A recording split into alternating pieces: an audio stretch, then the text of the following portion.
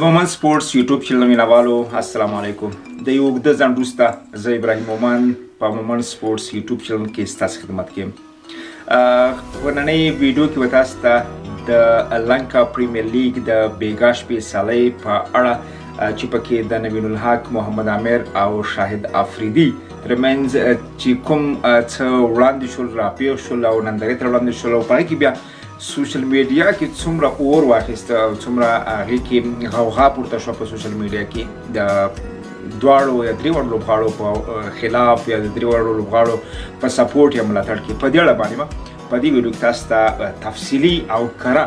معلومات درکو چې اصلي خبره څه وه، د کوم ځای نه شروع شوه او په کوم ځای باندې ختمه شوه. دې ویډیو کې به تاسو په دې اړه باندې پوره معلومات ترلاسه کوئ. خو په پیل کې تاسو نه مننه چې د مومن سپورټس یوټیوب چینل سره یاستئ، دغه مو سبسکرایب کړی دی او تمه لرم، امید لرم چې انشاءالله تاسو په دې چینل سره پاتې کېږئ تر څو موږ تاسو ته نورې په زړه پورې ویډیوګانې د کرکټ له ډګره در وړاندې کوو.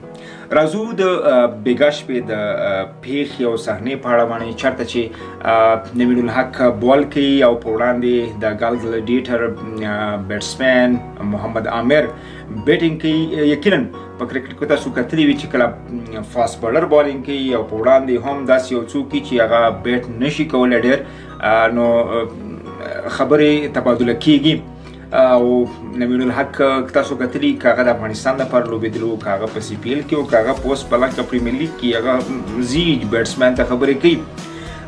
دغسې کوم کار بیګا شپه سیالۍ کې د عامر په وړاندې شوی دی. خو عامر چې کوم بدتمیزي کړې ده هغه دا ده چې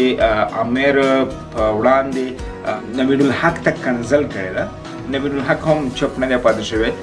نوین الحق هم پوره جواب ورکړی دی او زړه یې و چې ورنږدې شي، خو هغه خپل بیټسمین قرار کړی دی او د خپل کینډي ټاسکرز چې کوم لوبغاړي وو د هغوی لخوا قرار شوی دی. خبره همدلته حل کېږي، ختمېږي. خو داسې ښکاري چې شاته چې کله واپس محمد عامر ډریسنګ روم ته ځي، هلته خپل کپتان شاهد افریدي ته ګیله کوي او د دې پیښې په اړه ورته وایي. افریدي هم لاندې راښکته کېږي، کله چې لوبغاړي د لوبې نه وروسته یو بل سره روغبړ کوي، هلته شاهد افریدي په ډېره تونده لهجه باندې او خاص کر د هغه حرکات چې کوم هغه ډېر توند ښکارېده، که څه هم د هغوی خبرې نه اورېدل کېږي، خو د هغه حرکات چې تاسو ښکاري هغه یقینا چې د غرور او د متکبرانه او ډېر داسې ان پروفیشنل غیر مسلکي حرکات د شاهد افریدي څخه لیدل کېږي چې په همدې ځای کې نوین هم جواب ورکوي. نو هلته عامر کنزل کوي، په وړاندې نوین جواب ورکوي. دلته شاهد افریدي چې موږ کوم معلومات نوین نه ترلاسه کړل، شاهد افریدي نوین ته وایي چې جګړه به مه کوئ، جنګ مه کوئ په لوبه کې. نوین هم ورته وایي چې تاسو ما سره په پښتو خبرې وکړئ، تاسو هم پښتون یې، زه هم پښتون یم. او که پنجابي وایي نو لاړ شه محمد عامر ته دا خبره وکړه په پنجابۍ کې چې هغه باید جنګ او جګړه ونه کړي. خبره همدلته حل کېږي. نوین سره چې کومې خبرې شوي دي هغه هم وایي چې د بیګا شپې خبره وه، ختمه شوه، پای ته ورسېده. هېڅ نه پوهېږي چې سوشل میډیا کې کوم څه روان دي. سوشل میډیا کې دا خبره یوازې د مینوالو ترمنځ پاتې نه ده، ان د کرکټ او د سپورټس چې کوم رسنۍ دي او خبریالان دي، دوی هم په ټویټر کې او په فیسبوک کې په دې اړه باندې ډېر څه لیکلي دي. پاکستانیانو او زیاتره یو شمېر افغانانو هم د شاهد افریدي او د محمد عامر دفاع کړې ده، خو زیاترو افغانانو تقریبا 99% افغانانو بیا د نوین الحق سپورټ او ملاتړ کړی دی او په دې خوشحاله دی چې نوین الحق د بال په څېر باندې په خوله هم چپ نه دی پاتې شوی او عامر او افریدي ته یې په زړه پورې جوابونه ورکړي دي. خو یو څه چې زه یادونه کوم چې څومره چې خبره په سوشل میډیا کې ګرمه ده، هغه هومره د لوبغاړو ترمنځ ګرمه نه وي او یوازې تر لوبغالي او تر میدانه پورې محدوده وي. او هلته بیا دوی بیا راښکته کېږي، بیا میدان کې سره لوبېږي او بیا سپیرټ اف د کرکټ یا ګیم هغه ساتي، کوشش کوي چې خپل ټیم دپاره ښه پرفارمنس وکړي، ښه کارکردګي وکړي. نو دا کومه نوې خبره نه. البته که د نوین کیسه وکړو، نوین پولارډ سره موږ هم کتو، یو شمېر نور لوبو کې هم موږ کتلی دی، اګریشن لري، غوسهناک دی، کوشش کوي چې بیټسمین انټیمیډیټ کړي، په قار یې کړي، او دا د یو ښه بالر او ښه فاست بالر یو عادت دی، خصوصیت دی. خو نوین ته چې ځینې مینوال بیا ښه نه ګوري په دې باندې چې نوین عمر کم دی، د نوین کرکټ کې تجربه کمه ده، خو دا میټر نه کړي. دا کوم غټه خبره نه ده چې چا عمر کم وي نو هغه به مخالف بیټسمن ته داسې خبرې نه کوي دا کوم داسې د کرکټ اگینست یا د خلاف کار نه دی چې یو لوبغاړی یو بیټسمن ته یو په خوله باندې یو څه وایي او هغه کوشش کوي چې هغه تحریک کړي هغه په جذبه کې راولي دا یو ټریک دی چې فاست بالران یوز کوي خو که افریدي وګورو شخصا تاسو کې چې د اوسنۍ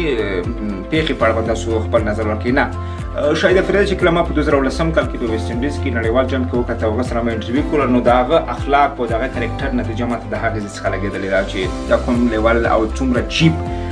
انسان دی او څومره چیپ کرکټر دی تاسو د هغه ریکارډ وګورئ د دنیا په هر لیګ کې د پرفارمنس کو ګوري بيخي چندن پرفارمنس نه دی واځي په شپږیزو باندې پیژندل کیږي نو داسې کوم کرکټر نه دی چې لیجنډز کې راشي نو د دې وجه نه افریدي ښه ریکارډ نه لري اخلاقو لحاظه نو